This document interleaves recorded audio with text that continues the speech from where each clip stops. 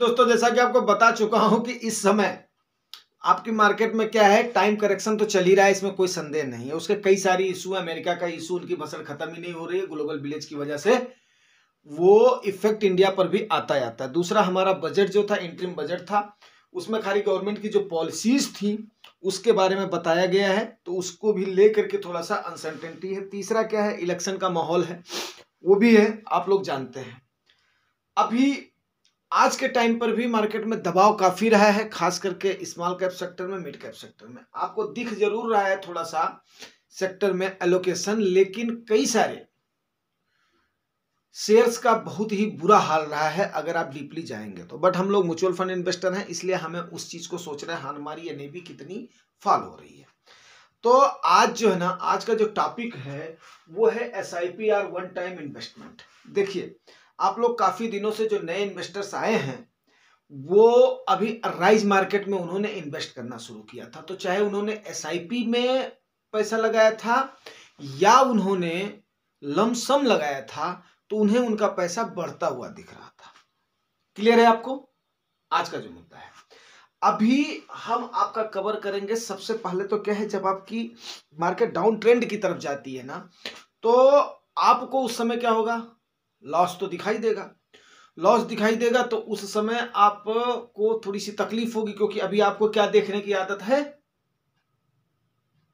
Profit देखने की आदत है, ग्रीनरी देखने की आदत है। रेड कलर देखने पर फिर आपको पैनिक आएगा, और लाल कलर से आपको पता ही है कि सबको क्या होता है, एक टाइप का भय प्रतीत होता है, भय प्रतीत होता है।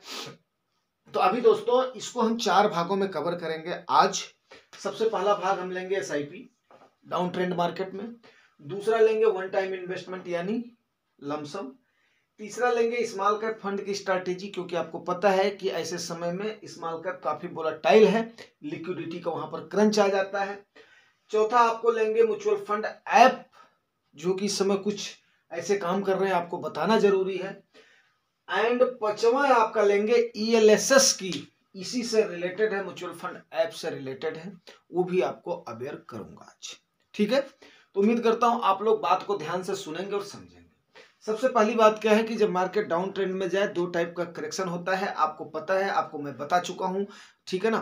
तो उसमें क्या है, टाइम करेक्शन आपका चल रहा है, प्राइस करेक्शन आपका किसी भी दिन हो सकता है, उस पर बाई आपको ऑन द डिप करना। अगर आपके पास पैसा है, नहीं है तो आपका जो एसआईपी चल रहा है उसको चलते देना है, सेल किसी भी कीमत पे नहीं करना है। एसआईपी हमेशा आपके रुपीज कास्ट को एवरेज करती है।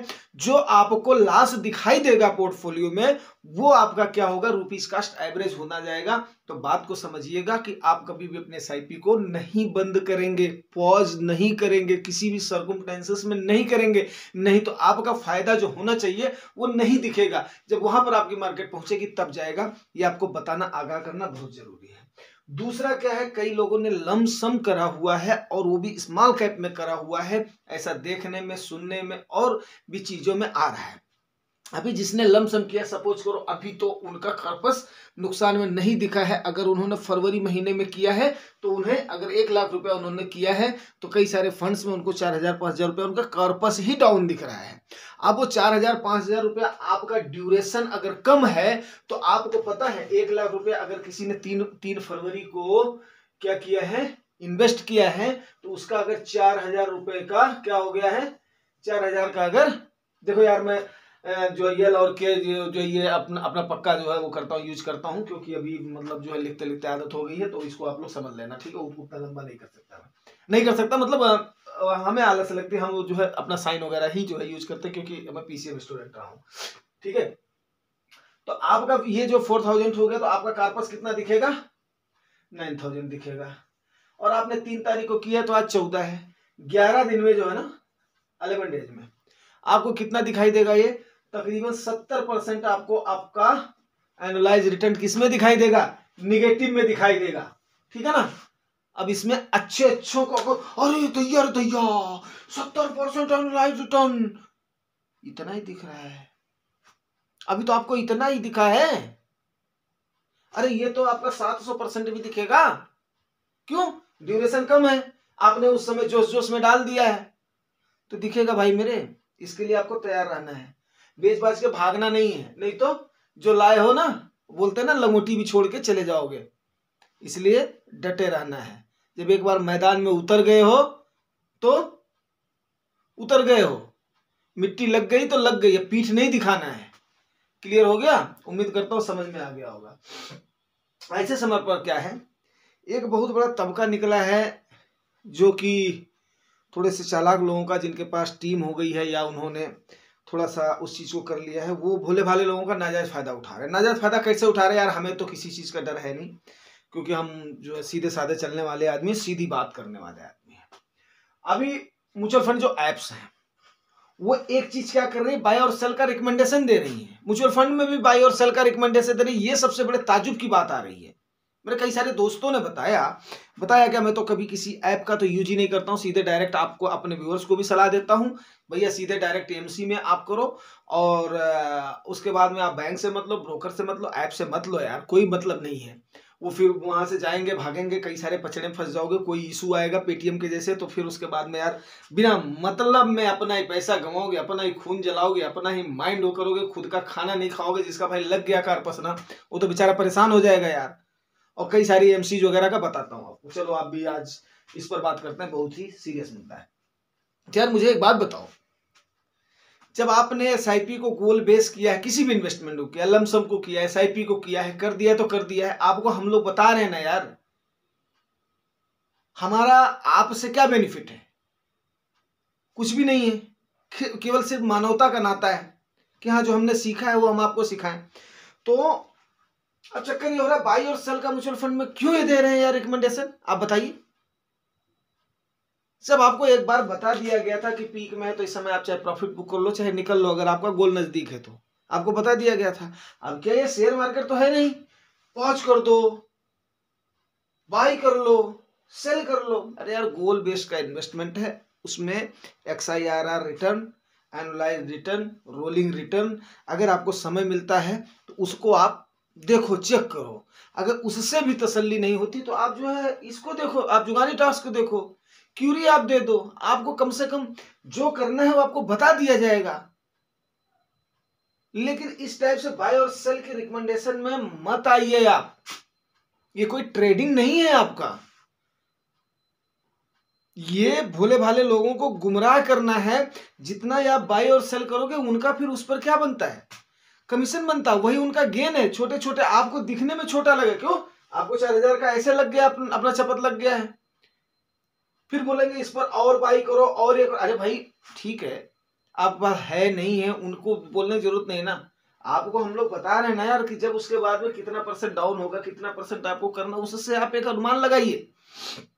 यही एक सही सलाह है, किसी के बहकावे में मत आइए आप, क्योंकि आप इससे बिल्कुल अनजान हैं, आप इसके वोलेटिलिटी से बिल्कुल अनजान हैं, आपको समझ नहीं है, आपने वो उतार चढ़ाव वो दिन नहीं देखे हैं। तो सो भाई आप कम से कम इतना तो, अगर आप देख रहे हो वीडियो को, तो इतना तो आपको विश्वास होना चाहिए ना यार, कि अगर अगला बंदा शाम सवेरे भूख करके हमें एडवाइस कर रहा है तो क्यों कर रहा है?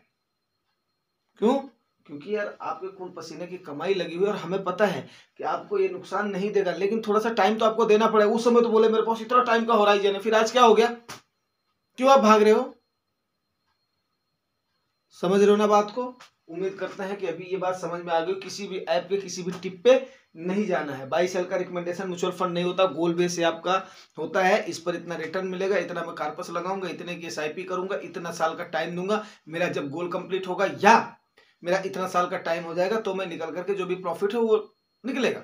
और मैं आपको एक बात बता दूं, किसी भी टाइप का फंड आपको 3 से 5 साल में आपके नुकसान, कार्पस में नुकसान दिखने के, जो ये वाला दिखा रहा हूं ना, इसके नुकसान के चांसेस जो आपको दिख रहे हैं वो 3 से 5 साल में बिल्कुल ना के बराबर हो जाएंगे। और 5 साल के बाद में आपकी कंपाउंडिंग अच्छी खासी आपकी NAV पर शुरू हो जाएगी। तो फिर यार काहे का डरना भाई? अगर आप देख रहे हो तो कुछ तो वो करो यार, भरोसा करो, कोई हमारी आपकी कोई दुश्मनी तो है नहीं, फिर क्यों आप इनके बहकावे में आ रहे हो यार? अगर हम लोग ओपन, आपको जो भी इन्फ्लुएंसर्स हैं वो आपको ओपन मना कर रहे हैं कि भाई आप लोग इनके बहकावे में मत आइए, आप लोग ऐसा मत करिए, तो उन लोगों ने कहीं ना कहीं, उनके साथ वालों ने, उनके जो आज जो 10 साल से 20 साल से वो कर रहे हैं, इन्वेस्ट कर रहे हैं, तो उनको कम से कम अंदाजा तो है ना यार। उम्मीद करता हूं ये आपको समझ में आएगा। अगला है ELSS। जैसे ही जनवरी फरवरी का महीना आता है ना, तो एक टाइप की बम्बारमेंट हो जाती है। आपके पास कॉल आना शुरू हो जाएगा, आपके पास ऐप से एडवर्टाइज आना शुरू हो जाएगा। आप जहां भी जाओ ELSS ले लो। क्या है? इक्विटी लिंक सेविंग स्कीम है भाई, ले लो। इससे आपका टैक्स भी बचेगा, इससे आपका पैसा मार्केट में भी लग रहा है, इससे आपका पैसा सेविंग में भी लग रहा है। अरे ये वही सेम फ्रॉड है जो आज बोल रहे हैं लोग मैं तो LIC में फंस गया। अरे आपको पता है टैक्स का इंजम्पशन आपका कितना है? उतना ही है ना। कहीं ना कहीं तो आपने अपने टैक्स के सेविंग के लिए कर दिया ना, गवर्नमेंट से आप रिबेट ले रहे हो ना। फिर आप क्या है यार, क्यों आप इनके चक्कर में आ रहे हो? एक फंड आपको अगर लेना ही है, आप बाकी जगह का छोड़ दो। अगर आपने कहीं पर किया हुआ तो यहाँ पर कर दो। 1.5 लाख ही तो है आपकी छूट है यार, और कौन सा आपका ज्यादा है? क्या ऐसे फालतू में इनके चक्कर में। अरे मैं तो सही बताऊं, कई कई लोगों को इन्होंने टपका दिए, 4-4 ELSS फंड टपका दिए भाई। बोला यार टैक्स भी बचेगा और इससे आप क्या नाम है, इससे आपको वो भी मिलेगा, मार्केट का प्रॉफिट भी मिलेगा, ये देखो इतना % हो गया। कैलकुलेशन वगैरह दिखा करके भाई ऐसे जो आपको जादू करके और उसके बाद में दिला देंगे। फिर अगला रोता है जुगल भैया क्या करें। अब क्या करो क्या यार, उसको स्टॉप करो, रोको और उसके बाद में ये करो, यही कर सकते हैं। तो स्मॉल कैप की वोलेटिलिटी आपको समझा दिया, सेम मार्केट की। अगर आप अभी रिसेंट आए हैं, नए आए हैं, या आपको पुराने भी हैं, 2-4 साल हो गया है, तो आपको अगर आपका कॉर्पस दिखेगा डाउन तो आपको डरना नहीं है, वो रिक्यूब कर लेगा।